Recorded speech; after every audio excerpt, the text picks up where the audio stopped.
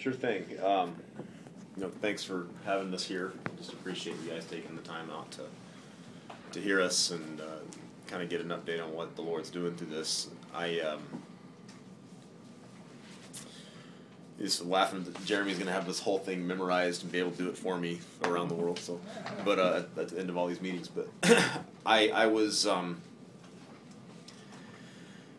born the son of a pastor, grew up in a ministry home, and had its own unique challenges and opportunities, and wouldn't trade it. But it was very shaping, and so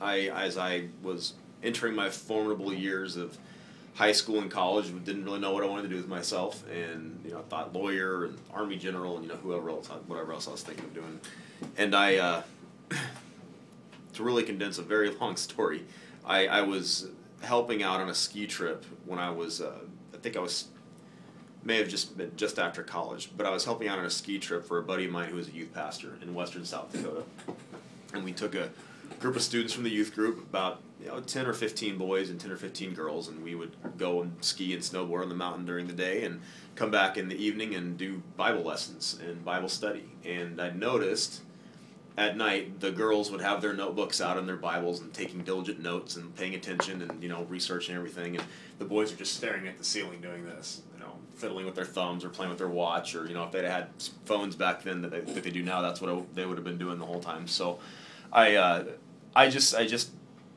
it resonated with me, and I thought there's just this because I remember growing up thinking the same thing. Boys have a hard time connecting with Scripture. They just do. There's something about, I don't know if it's the way it's been typically presented or what, but boys are just it's difficult to draw that connection sometimes. And so saw that, and then I saw the pattern. Well, men in general just don't read. It's hard for them. They think the Bible is Jesus petting a lamb, and that's kind of it. And they there's not really this knowledge and awareness of the depth of the Word. And so I got the idea. That was when the idea was first hatched for me and a few of my buddies.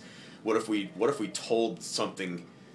What if we told them stories from Scripture that were a lot more gritty and intense and passionate and fiery and all these things that we know is in there, in the Old Testament, story of David. And so one of the nights of the ski trip, I was flipping through, and I said, what about 2 Samuel 23, 1 Chronicles 11? This is the tales of the mighty men. If it had a label, that's what I'd have labeled it. It just has, it's all of David's warriors who came to him when he was fighting to establish the throne of Israel, who God called to him, and how he forged them into kind of the Navy SEALs of the ancient world, is what they were.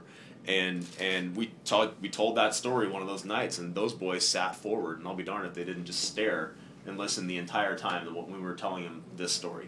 First time I'd seen that happen. And so I kind of thought at that point, maybe we're onto something here. So some time went by, and I chewed on it and chewed on it and chewed on it, and then I became a youth pastor myself in an inner city church in San Antonio. Ethnically diverse. It was great for me to get to be the only white guy in the room, and I saw the same thing, heavy fatherlessness, heavy, just a lot of trouble with those young men in that church. And I kind of fell back on my old reliable 2 Samuel 23, and it worked again. And I started going, wow, this transcends a lot, where you can get these stories and these tales come to life. And that was in the Braveheart Gladiator 300 time frame where that was becoming very culturally popular. And so I just thought, okay, I guess, felt that nudge that I should just assemble some kind of a story or something around this, like give it the Braveheart treatment, give it the Band of Brothers treatment. And I started Googling, and surely someone's done this before already. And I looked and I looked and I looked, and they had never done it. I could not scour the internet and couldn't find it. So I said, okay, well, for my sons one day, and for the boys in this youth group, I'm going to try and put together some kind of a story. And you guys don't read, and so I had all these negative Nancys in my ear saying this is stupid and pointless. So but I couldn't help it, so I worked on it, and I was a full-time graduate student in seminary. I was a soldier, I was a youth pastor, husband, father, and I had no time in the day, but about 10 o'clock in the evening till midnight to try and be obedient to what I felt was the Lord pressing on me to do something with this. And it was not easy. I was not the perfect steward of that time or that material, but I forged ahead on it, and at the end of the day, I had something book length. I went, wow, okay. That was more than I thought. And so I just did a little self-published print run and passed it out at the church and said to the parents, if you know of any men or young men that could be blessed by this, maybe this will help. really had no designs or scheming beyond that. I did feel that if word ever got out about this and this take and angle, thought it had the potential to be huge. But I saw no apparatus in place to make that happen. I had no Hollywood connections and publishing agents and things like that. So, moving forward a little bit in time, I had a student in my youth group who had come from California, and I felt pressed to minister to this kid directly and invest in him and spend some time with him. And he, single mother house, and they'd come from California. He'd been working as a model out there and came back, and his mother saw what I had worked on and picked up a copy of it and thought, we have this friend named Keith Garcia who's a sound effects editor in Hollywood, and he's friends with this film director named David Cunningham, and I think they're looking for, Bible-based material, last I heard. So I don't know how she knew that or how that came to be, but I said, sure, okay, fine, passed it along and kind of wrote that off and didn't think a thing about it.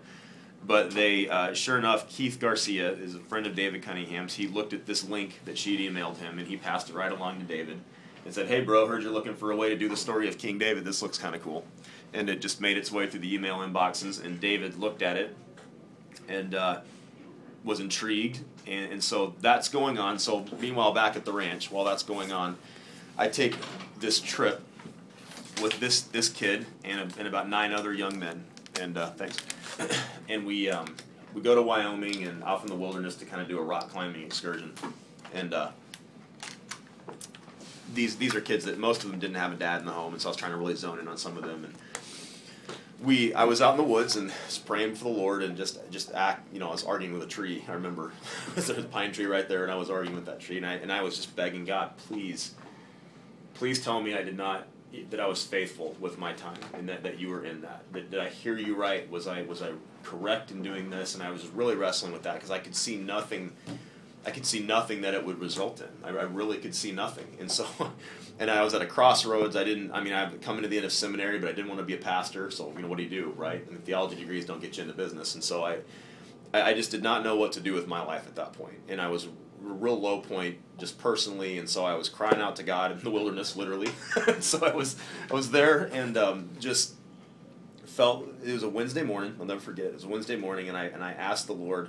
And I've never been fleece guy, sign guy, but I asked the Father, I said, please just give me something, an indication that at least, no matter where this goes, that I did your will. I just need to know that, so I can release it, I guess is the best way to put it, that I can just release it. and I wrenching moments, and I said, by the time I asked him, I said, Lord, by the time I get back to my car, when we get out of the woods, let there be a phone message or an email or something that just at least indicates this was your will. You have a plan for this. And sure enough, I got out of the woods that Friday and checked my email, and there was an email from David's assistant, Nikki, sent from that Wednesday morning when I was out in the woods, saying, hi, I work for David Cunningham, the filmmaker, and we're interested in your stuff. And so, okay, that's a pretty good sign. So David followed up. I hadn't talked to him yet, but he requested a copy of the manuscript to look at. Remember, it hadn't been published yet or anything like that. It was just material. I sent that along, and he read it in a weekend, and he called me up on that Monday, and he said, this is the project I was born to make. He said,